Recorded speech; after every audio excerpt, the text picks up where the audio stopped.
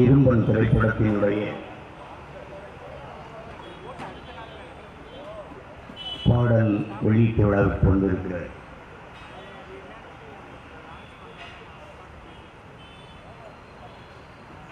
என் பேரன்பிற்கும் பெருமதிப்பிற்கும் உரிய பெருமக்களே, என் உயிருக்கினிய உடன் பிறந்தார்களே, ஊடகத்துறையில் பணியாற்றுகிற என் அன்பு உறவுகளே, என்னுடைய அண்ணன் செரிக் அவர்கள் வந்திருக்கிறார்கள். தம்பி தீபன் அவர்களெல்லாம் வந்திருக்கிறார்கள். இந்த விழாவின் நாயகன் என்னுடைய தம்பி ஸ்ரீகாந்த் தேவா அவர்கள்.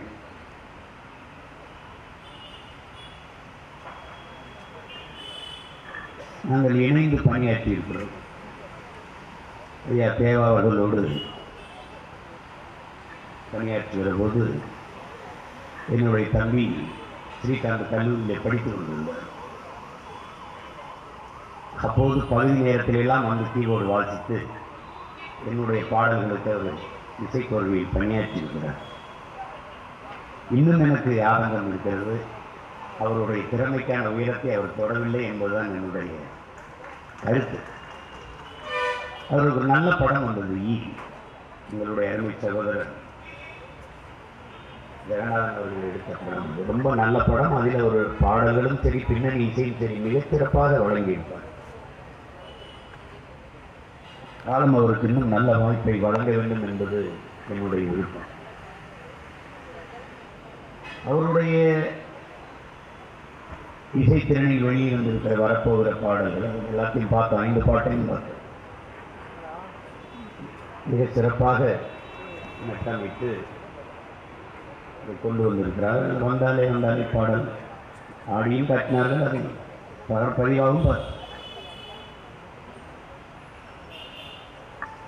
அதுக்கப்புறம் தம்பி ஜி பிராஸ் அவர்கள், அவருடைய துணைவியார் அவர்கள் இணைந்து பாடிய அந்த பாடல், என்னுடைய அன்பு தம்பி ஜெய் அவர்கள் பாடிய பாடல் வந்தாலே தேரோட்டமா, இந்த பாட்டு ரொம்ப நல்ல மெல்லிசையாக பாடல்களை வழங்கியிருக்கிறார். என் அன்பு தம்பி ஸ்ரீகாந்த் தேவா அவர்களுக்கு என்னுடைய அன்பு நிறைந்த வாழ்த்துக்களும் பாராட்டுக்கள்.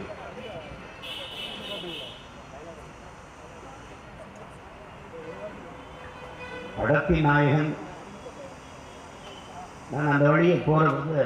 ஐயா எம்ஜிஆர் அவர்கள் வீட்டுக்கு முன்னாடி ஒரு பதாகை இருக்கும், பார்த்துட்டு போய் கீழே என்னுடைய தம்பி இயக்குனர் தீரா அவர்கள் பேர் போட்டிருந்தது.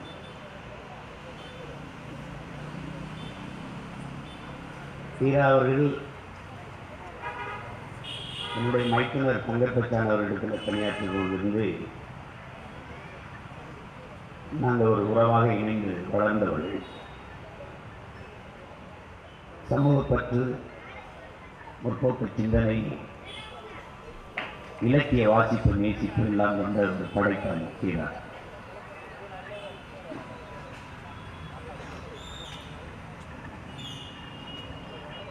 அவர் இந்த பாட்டு வெளியீட்டு விழாவுக்கு நீங்கள் வர வேண்டும் என்று சொல்லும்போது என்னால் மறுக்க முடியல. அது அவர் மேலே நான் வச்சிருந்த பேரன்பு தான் அதுக்கு காரணம்.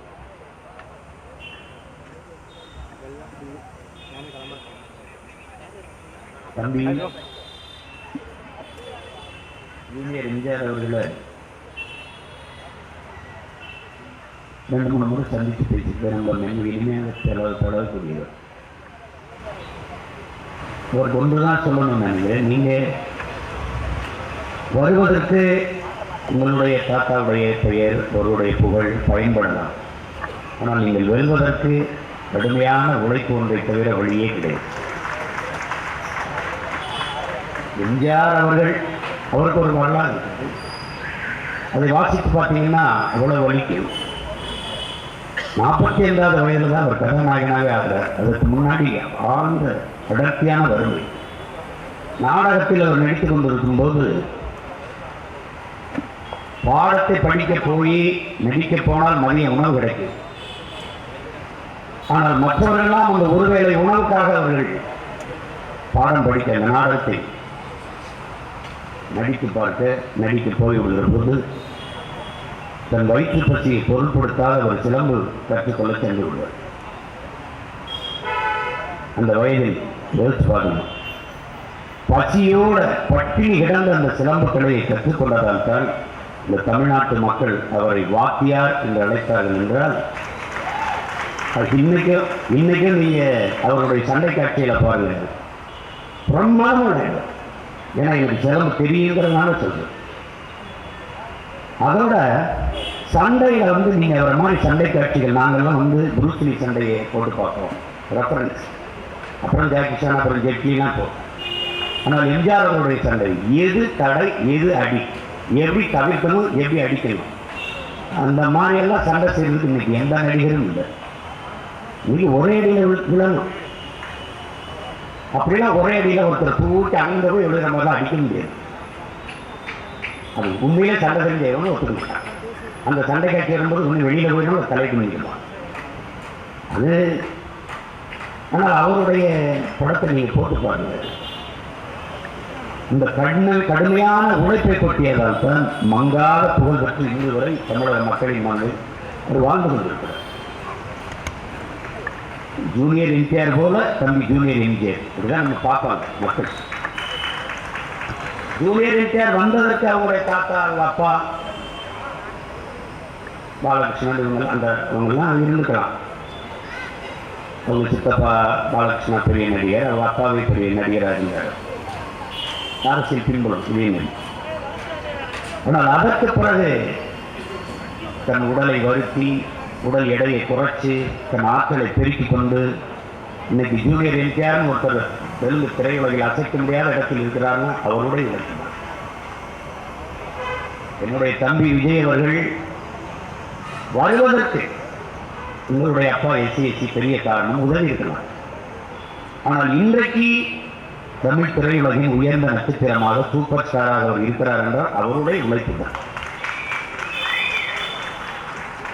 காலையோட நான் எங்கள் அப்பா பாருகிறாரு, அவன் நடைபயிற்சி வைக்கும்போது எங்கள் அப்பா விட அடுத்த விட தம்பி விஜய் விட அந்த வீட்டை கிடக்கும்போது என்ன மாடா ஆடுறான் அந்த பையங்கிறாங்க எங்கள் அப்பா. அவர் அளவுக்கு இன்னைக்கு நடன அசைவுகளை வெளிக்கொண்டு வந்து ஈர்க்கிற அளவுக்கு ஆடுறதுக்கு இந்தியாவிலே நடிகர் கிடையாது. காரணம் அவருடைய உழைப்பு. எளிதில் புகழ் வராது என் உடன் பிறந்தார்களே, அதோட தொட்டு விட முடியாது. பெரியவர் காஞ்சி சங்கராச்சாரியர் பெரியவர் இறந்து விட்டார். அவர் சொல்றாரு, ஒருவன் வெற்றி அடைந்து புகழ் பெற்றுட்டான்னா அதை நினைச்சு நீ பொறாமப்படாத. அந்த இடத்திற்கு வர அவன் கொடுத்திருக்க விலை இருக்குல்ல, வழி இருக்குல்ல, அவன் சுமந்து கொண்ட வழி ஏற்று பேச்சு அவமானம், அதை ஒரு தடவை நீ திரும்பி பார்த்தீங்கன்னா யார் மேலேயும் உனக்கு பொறாமை வராது. வெற்றி அடைந்தவன் மேலே அவ்வளோ உழைப்பு இருக்கு. அதுபோல தம்பி கணேஷ் ஒரு நடிகராகவே அவங்க அப்பா கட்சிராஜாவும் அவருடைய அண்ணன் செல்வராகவும் இருக்கிறார். ஆனால் அந்த இடத்தை தக்க வைப்பதற்கு கடுமையான உழைப்பு, தன் திறனை மேம்படுத்தி கொண்டு வந்த விதம்.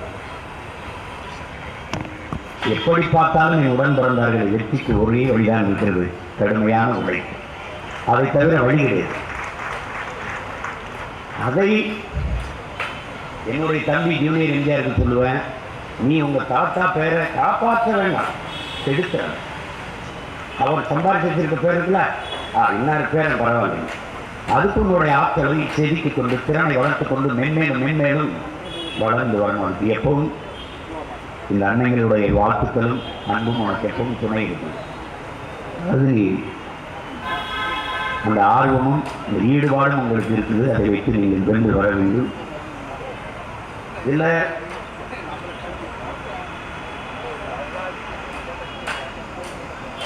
அந்த வெள்ளந்தி அதுவும் அழகுதான் அந்த பாடல் காட்சியை பதிவு செய்வதற்கு ஒளிப்பதியும் திறன் மேம்படுது. ரொம்ப சிறப்பாக பதிவு செய்கிறார்கள். அவருக்கு என்னுடைய பாராட்டுகள். படத்தொகுப்பாளர் அற்புதமாக தொகுத்திருக்கிறார். கலை இயக்குனரும் சிறப்புற கை கொடுத்து பணியாற்றிருக்கிறார். எல்லாருக்கும் என்னுடைய வாழ்த்துக்கள். இந்த படத்துக்கு முதல்ல பேர் குரவன்னு வச்சிருந்தாங்க. நான் தான் அந்த தலைப்பை மாற்ற சொல்லி என் தம்பி கீழாட்ட சொன்னேன். அது காரணம், இந்த படத்தில் வருகிற குடிமக்கள் இவர்கள் குறவர்கள் அல்ல. இவர்கள் மகாராஷ்டிராவிலிருந்து இடம்பெயர்ந்து வந்தவர்கள் தமிழர் இந்த நாட்டில்.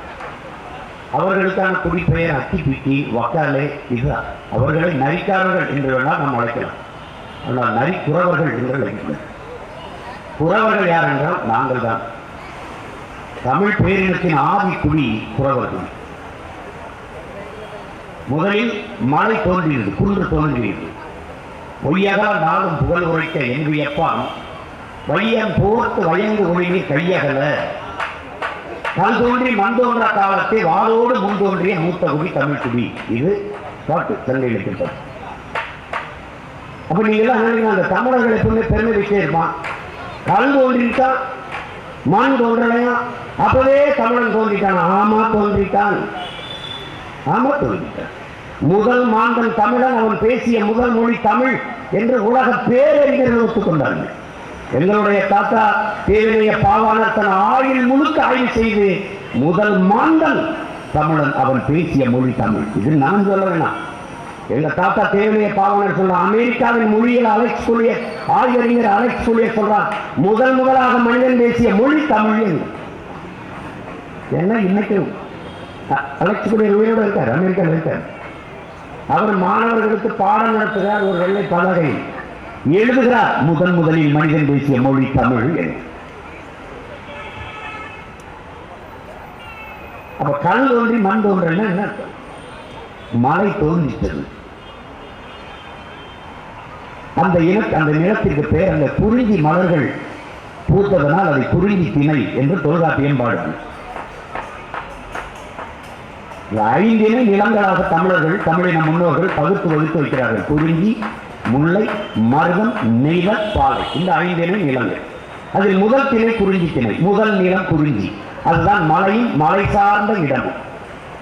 அந்த மலையும் மலை சார்ந்த இடத்தில் வாழ்ந்த மக்கள் அவன் தோன்றிட்டான். முதல்ல மலை தோன்றியது, கல் தோன்றியது, மண் தோன்றல. மண் எப்போது தோன்றது? இரண்டாவது நிலம் காடும் காடு சார்ந்த இடமும் முல்லை நிலம், அங்கே முல்லை பூக்கள் இருந்ததால். மூன்றாவது நிலம் தான் மருத நிலம், அங்குதான் மண் தோன்றுது. அப்ப கல் தோன்றி மண் தோன்ற காலத்தே வாளோடு முன்தோன்றிய மூத்த குடி தமிழ் குடி என்று வாழும். அந்த குடியின் தலைவன் நம்முடைய இறைவன், தமிழ் இறை முருகன் என்பதை நீங்கள் அறிவீர்கள். அந்த இறைவனின் துணைதான் வள்ளி என்பவன், அதை நீங்கள் அறிவீர்கள். ஏன் அவர்கள் குன்றில் வாழ்ந்ததா? குன்றவர்கள் உச்சரிப்பில் இன் குன்றி குன்றி குன்றி குறைந்து, இன் ஒளி குறைந்து குறைந்து குறவர்கள் என்றார்கள். அப்படி பார்த்தால் என் அன்பு தொண்டங்களே, தமிழர்கள் நாங்கள் எல்லோரும் குறப்பைய மக்கள் தான், நாங்கள் குறவர்கள் தான். அதில் இருந்துதான் இத்தனை குடிகளும் தலைக்கு துளித்திருக்கிறது. கீழே இறங்கினோம், ஆதியில் நாங்கள் வேட்டையாடி உண்டோம், காய்கறிகளை தின்றோம், கிழங்குகளை தின்றோம். அங்கிருந்து கீழே இறங்கினோம்.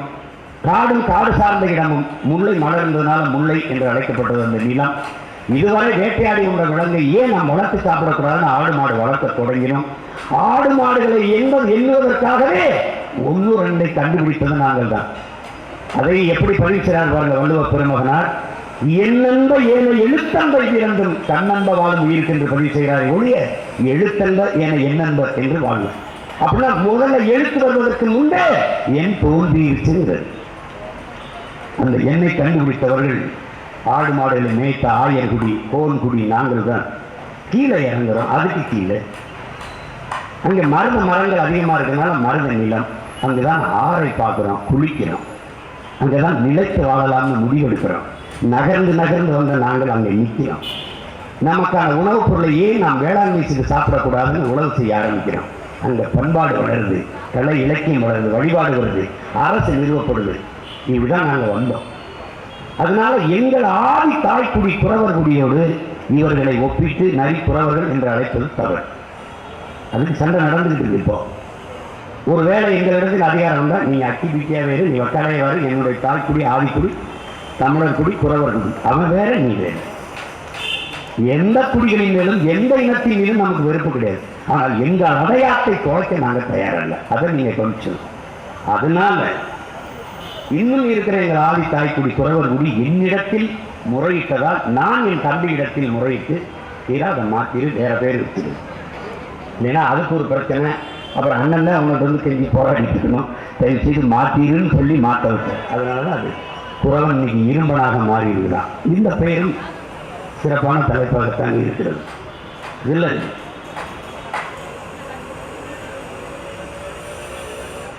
இன்னைக்கு அறிவியல் தொழில்நுட்பம் வளர்ந்து விரிவடைந்துருச்சு.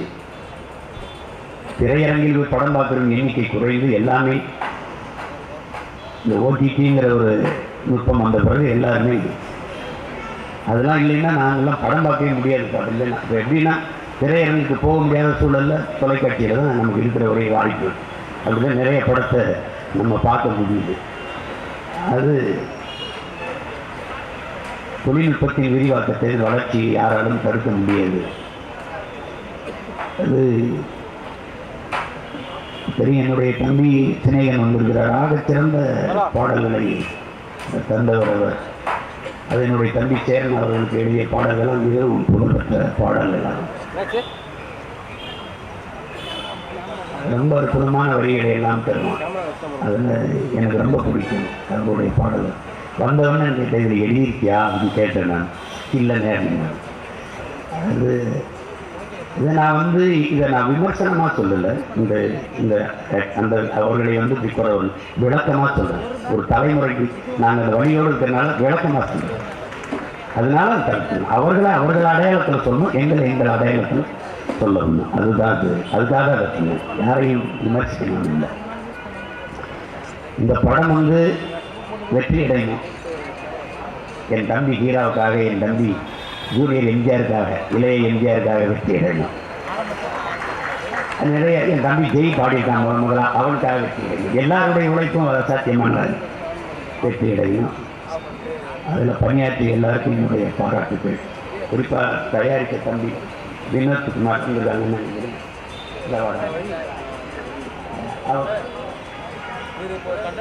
அவருக்கு என்னுடைய பாராட்டு. ஏன்னா புதியவர்களை வச்சு வாய்ப்பு கொடுக்கணும்னு நினைக்கணும்ல, அது ரொம்ப முயற்சி. இன்னைக்கு இருக்கிறதுல பெரிய பெரிய நிறுவனங்களே கைவிட்டாங்க தயாரிப்பு. அன்னைக்கெல்லாம் ஐயா சரவணன் ஐயா அவங்க குடும்பத்தில் ஏவிஎம் அப்பா ஆர்பி சௌத்ரிலாம் எத்தனை படங்கள் எடுத்தாங்க. எங்கள் அண்ணன் தான் மட்டும்தான் இழுத்து பிடிச்சி இன்னும் போயிட்டு இருக்காரு. மற்ற எல்லாருமே கைவிட்டாங்க. மிகப்பெரிய தயாரிப்பாளர்கள்லாம் என்ன செய்யணும் தெரியாத பின்னாடி இருக்காங்க. ஏன்னா இன்னைக்கு திரையுலகம் திரைப்படத்துறை ஒரு 10 பேர் கைக்கு சுருங்கிக்குது. 10 நடிகர்கள் 10 தயாரிப்பாளர்கள் கைக்கு சுருங்கிக்குது. எங்கள் அண்ணன் டி சிவா சொல்லும் போதெல்லாம் திரைப்படம் வளராமல் சுருங்கிடுச்சு தம்பி. 10 நடிகர்கள் 10 தயாரிப்பாளர் கையில் தான் இருக்குது அப்படின்னு. அதுதான் உண்மை. வேறு வழி கிடையாது, அப்படி ஆயிடுச்சு. ஆனாலும் இது இந்த திரைக்கலை மேம்படணும். திரைப்படம்லாம் நம்மளை எல்லாரும் சொல்லுவாங்க அது சினிமாகிராஃபர் இல்லையா, இது சினிமாகிராஃபர் இல்லையா. அவங்களுக்கு தெரியாது. சினிமாவில் ஒருத்தர் இருக்கிறாருன்னா அவருக்கு வீடு கிடைக்கிறது கஷ்டம், கட்டி வாழ்றதுக்கு பொண்ணு கிடைக்கிறது கஷ்டம். ஆனால் பெரிய நடிகர் ஆகிட்டீங்கன்னா வாழ்றதுக்கு வீட்டை கொடுக்க மாட்டாங்க, ஆடுறதுக்கு நாட்டை கொடுத்துருவாங்க. கட்டி வாழ்றதுக்கு பொண்ணை கொடுக்கலைன்னா ஆடுறதுக்கு மண்ணை கொடுத்துருவாங்க. அது அந்த உயரத்துக்கு போகிற வரைக்கும் படாத பாடுபடணும். அதான் அந்த மாதிரி இருக்கிற சூழலில் பெரிய பெரிய நிறுவனங்கள்லாம் பின்னடைஞ்சிட்ட போது ஒரு புதிய தயாரிப்பாளர், புதியவர், ஒரு நடிகரை வச்சு நம்ம தயாரிக்கலாங்கிற துணிவே பெரிய அதுவே பெரிய வெற்றி தான். அந்த முயற்சியை நம்ம பாராட்டாமல் இருக்க முடியாது. அது என்னுடைய தம்பி ஹீராவர்களுடைய திறமையை நம்பி நீங்கள் இந்த வாய்ப்பை கொடுத்தமைக்கு நான் உங்களுக்கு என்றென்று நன்றி செலுத்த கடமைப்பட்டிருக்கேன். உங்களுக்கு என்னுடைய அன்பும் வாழ்த்துக்களும். மற்றபடி என் தம்பி ஹீராவுக்கு என்னுடைய வாழ்த்துக்கள். நீ எப்போதுமே புதிய முயற்சிகளை செய்வாய். காட்டுக்குள்ளே படத்தை எடுத்துதான் நினைக்கிறேன். நிறைய காடு சம்பந்தமாக இருக்குது பார்க்குறேன்.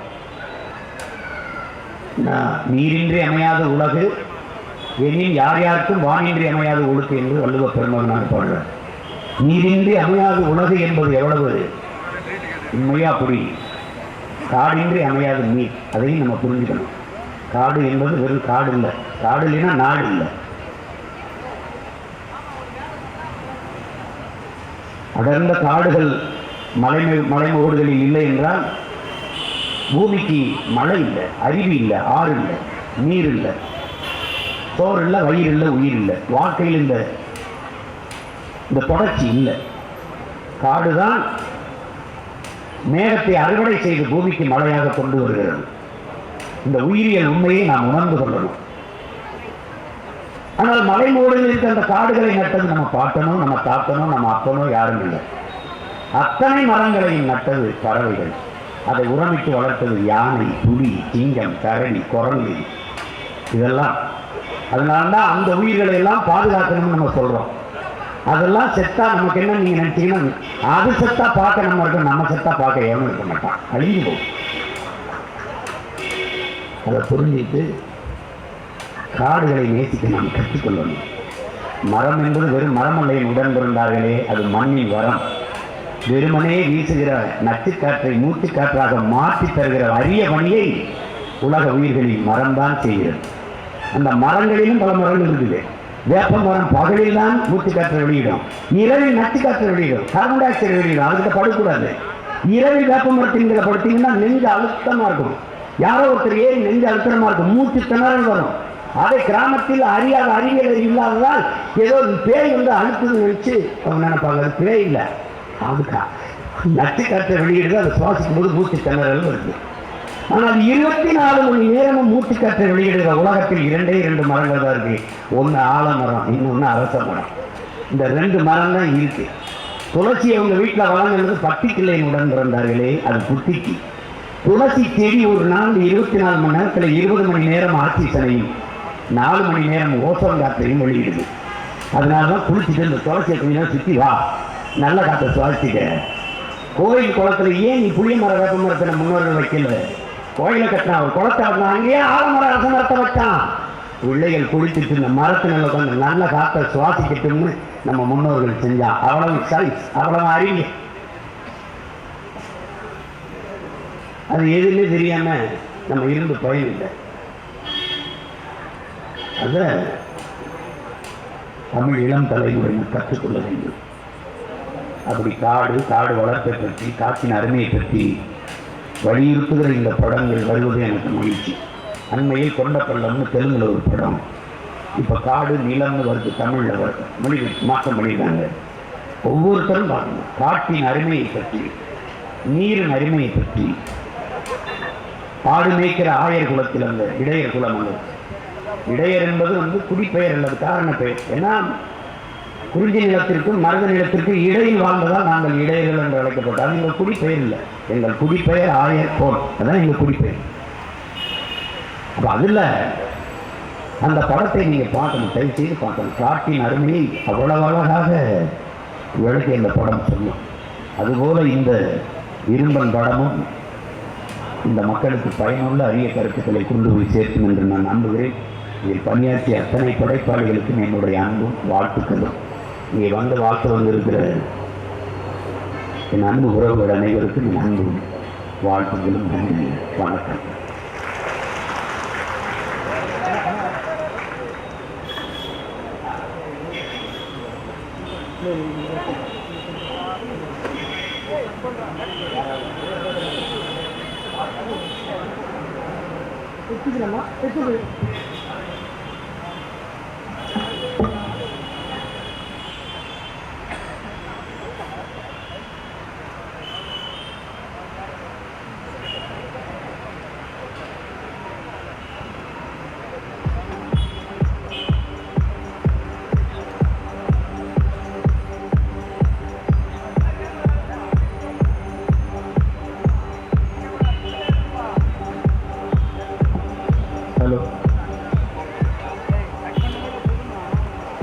இசைத்தட்டு வெளியீட்டுக்கான நேரம். இந்த நேரத்தில் அண்ணன் சீமான் அவர்களோட இணைந்து இந்த இசை வெளியிடுவதற்காக ஸ்நேகன் அவர்களை மேடைக்கு அழைக்கிறோம்.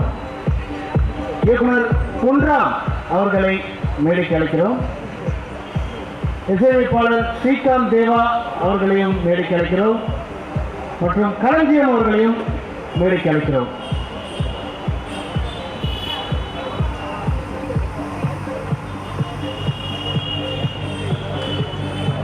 நடிகை ரக்ஷிதா பாபு அவர்களையும் மேடைக்கு அழைக்கிறோம். மற்றும் இரும்பன் திரைப்படத்தின் குழுவினர்கள் அனைவரையும் மேடைக்கு அழைக்கிறோம்.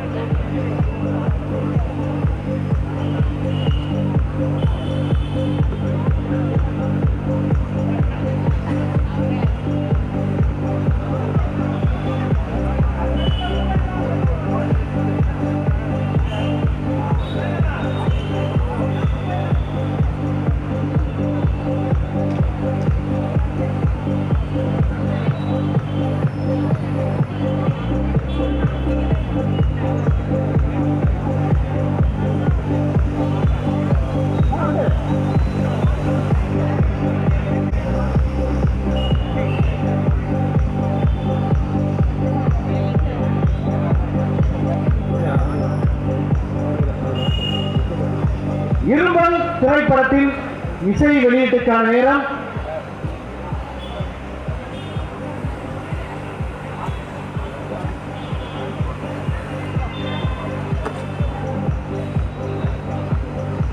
இரும்பன் திரைப்படத்தின் இசை வெளியீட்டுக்கான நேரம் அண்ணன் சீமான் அவர்கள் கையிலிருந்து தயாரிப்பாளர் வினோத்குமார் மற்றும் நடிகர் ஜூனியர் எம்ஜிஆர் அவர்கள் இசை தட்டை பெற்றுக் கொள்வார்கள்.